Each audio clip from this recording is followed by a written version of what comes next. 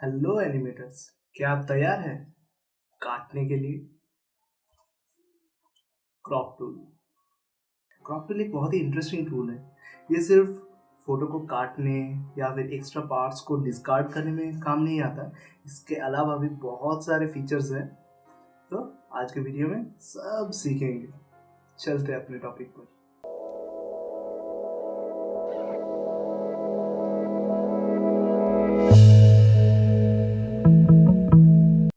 Tool bar पे हमारे यहाँ पर छोटा सा एक टूल है, क्रॉप टूल।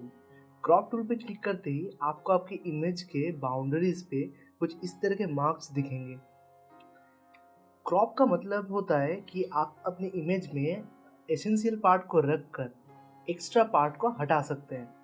अगर मैं सिंपली यहाँ से क्लिक करके इसे ड्रैग करूँ तो आप देख सकते हैं कि ये वाला हिस्सा इस इमेज से अलग हो चुका है। अब अगर मैं एंटर दबा दूँ तो मेरा ये इमेज क्रॉप हो चुका है। आप एंटर के अलावा सिंपली ड्रैग करने के बाद यहाँ पर जो ये चेक लगा हुआ है यहाँ पर क्लिक करके भी अपना क्रॉप कर सकते हैं। अब आ जाते हैं क्रॉप टूल के प्रॉपर्टीज पर। प्रॉपर्टीज में हमें सबसे पहले देखने को मिलता है रेशियो। रेशियो में सिलेक्ट करके आप अपनी इमेज को नॉर्मली क्रॉप कर सकते हैं। दूसरा ऑप्शन है विथ हाइट रेजोल्यूशन। अब अगर आपको किसी इमेज के क्रॉप का एग्जैक्ट विथ, हाइट और रेजोल्यूशन पता है तो ही इस ऑप्शन को यूज़ कीजिएगा। इसके अलावा यहाँ पर ऑप्शन है ओरिजिनल रेशियो। ओरिजिनल रेशियो पर क्लिक करके आप उस इमेज के प्रोपोर्शन के हिसाब से इमेज को क्रॉप कर सकते हैं बिना उसके प्रोपोर्शन को बिगाड़े। कभी कभार ऐसा होता है कि इमेज का प्रोपोर्शन बहुत अच्छा होता है तो हम उसे चेंज नहीं करना चाहते हैं, इसलिए इस ऑप्शन पर क्लिक करके आप इमेज के प्रोपोर्शन को बिना चेंज किए भी क्रॉप कर सकते हैं।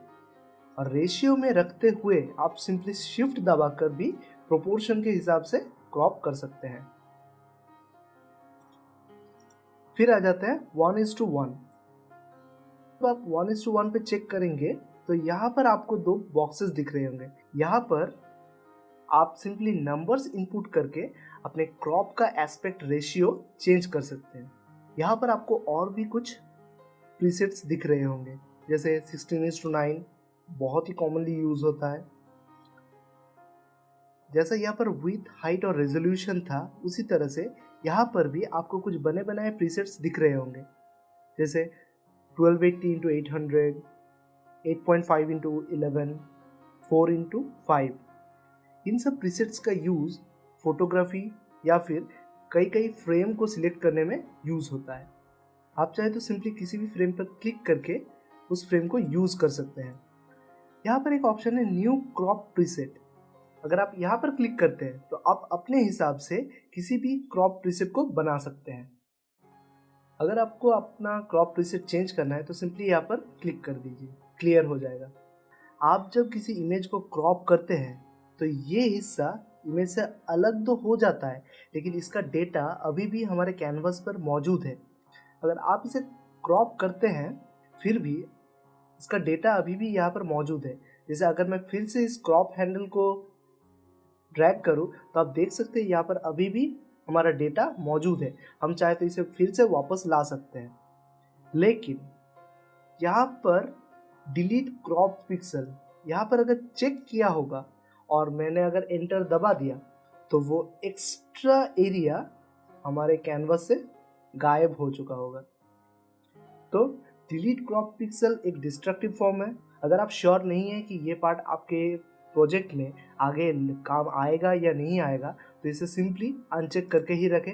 डिस्ट्रक्टिव फॉर्मेट पे काम ना करें तो ही बेहतर है। क्रॉप टूल सिर्फ इमेज को छोटा करना या फिर काटने के ही काम नहीं आता। आप चाहे तो क्रॉप टूल के इस्तेमाल से इमेज को बढ़ा भी सकते हैं।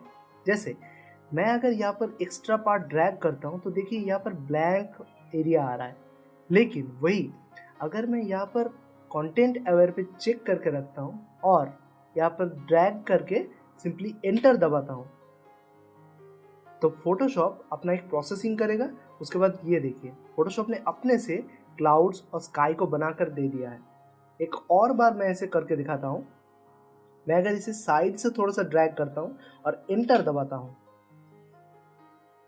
तो एक छोटे से प्रोसेसिंग के बाद ये देखिए फोटोशॉप ने यहाँ पर भी स्काई और इस रॉक्स को बनाकर दे दिया है, लेकिन इसका इस्तेमाल छोटे छोटे पार्ट्स के लिए ठीक है, लेकिन ज़्यादा बड़े पार्ट्स के लिए इसका यूज़ मत कीजिएगा, क्योंकि हर बार आपके अपने मुताबिक रिजल्ट्स नहीं भी आ सकते हैं। क्रॉप टूल का एक और बहुत ही अच्छा फीचर है, आप अगर इस इमेज को ध्यान से देखेंगे तो ये जो ज़मीन और पहाड़ एक साथ मिल रहे हैं, ये लाइन स्ट्रेट नहीं है, ये इमेज थोड़ा सा टिल्टेड है। आप चाहे तो इसे अपने मुताबिक स्ट्रेट कर सकते हैं, सिंपली यहाँ पर क्लिक करके या फिर अपने कीबोर्ड से कंट्रोल प्रेस करके आप इस पॉइंट से इसके एंड पॉइंट तक अगर एक लाइन बना के सिंपली क्लिक छोड़ते हैं तो ये देखिए फोटोशॉप ने इस इमेज को सीधा कर दिया है। लेकिन आप अगर ध्यान से देखें तो कई कई जगह से ये इमेज बाहर निकला हुआ है, क्योंकि फोटोशॉप ने अपने मुताबिक इस इमेज को रोटेट किया है। अगर आपको ये पसंद है तो ठीक है, सिंपली चेक कर दीजिए, लेकिन इसमें काफ़ी बार बहुत सी प्रॉब्लम्स आती हैं। लेकिन कंटेंट अवेयर पे चेक इन किया हुआ है, इसलिए फोटोशॉप ने स्काई और रॉक्स को बनाकर दिया है। यहाँ पर हमें ऑप्शन मिलता है ग्रिड्स का, जैसे rule of thirds. Rule of third photography में बहुत ही ज़्यादा यूज़ होता है। यहाँ पर 3 कॉलम और 3 रो के मदद से इमेज को 9 छोटे छोटे बॉक्सेस पे डिवाइड किया जाता है। ये जो लाइंस के इंटरसेक्शन पॉइंट्स है, ये हमारे आंखों के लिए बहुत ही स्वीट पॉइंट होता है। फोटोग्राफी में कोशिश किया जाता है कि सब्जेक्ट जो होता है वो इन्हीं पॉइंट्स में से किसी में रहे। आप चाहे तो फोटोग्राफी के बाद फोटोशॉप में लाकर उस रेशियो को अपने मुताबिक फिक्स कर सकते हैं। यहाँ पर और भी ऑप्शन है, जैसे grid, diagonal, triangle, golden ratio और गोल्डन स्पाइरल। इन ग्रिड्स के बारे में अभी नहीं, फोटो स्टडी के क्लासेस में हम इनके बारे में बहुत ही डिटेल्स में जानेंगे। फोटो स्टडी के क्लासेस में आपको पता चलेगा कि किस तरह से किसी फ्रेम को सेट करते हैं, चाहे वो एनिमेशन फ्रेम हो, फोटोग्राफी वाला फ्रेम हो या फिर फिल्म के फ्रेम हो। इन सब फ्रेम में कौन से चीज़ें होते हैं, कौन से रूल्स अप्लाइड होते हैं और किस तरह से एक फ्रेम को सेट करके व्यूअर्स के लिए एंगेजिंग बनाते हैं। हर एक इमेज में कुछ पॉइंट्स होते हैं जो हमारे आंखों के लिए एक बहुत ही स्वीट पॉइंट होता है।